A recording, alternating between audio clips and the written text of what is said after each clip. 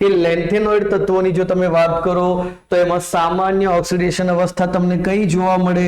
+3 જોવા મળે. એટલે મોટા ભાગના લેન્થેનોઇડ તત્વો જે છે એ પોતાને કઈ અવસ્થામાં લાવવાનો પ્રયત્ન કરે? +3 અવસ્થામાં લાવવાનો પ્રયત્ન કરે. હવે એમાં તમે જોશો તો કેટલાક તત્વોની અંદર તમે યુરોપિયમની વાત કરો, યટરબિયમની વાત કરો તો એમાં +2 જેવી ઓક્સિડેશન અવસ્થાઓ પણ જોવા મળી શકે.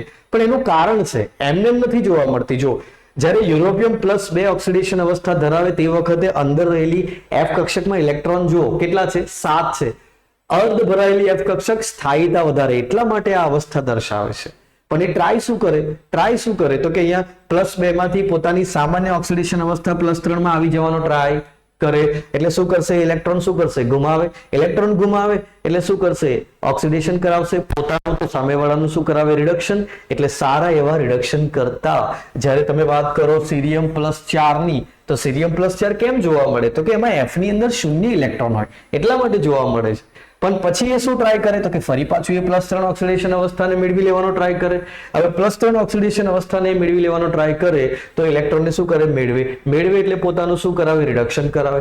પોતાનું રિડક્શન કરાવે એટલે સામેવાળો જે છે એનું ઓક્સિડેશન કરાવે. એટલે કયા પદાર્થ તરીકે વર્તે? ઓક્સિડેશન કરતા પદાર્થ તરીકે વર્તે. યાદ રાખજો, Ce+4 ઓક્સિડેશન કરતા પદાર્થ તરીકે વર્તે અને યુરોપિયમ યટરબિયમ +2 જે છે તે રિડક્શન કરતા પદાર્થ તરીકે વર્તે. કામનો મુદ્દો છે, મલ્ટિપલ ચોઇસ ક્વેશ્ચનની અંદર આ વધારે કામ લાગી શકે છે.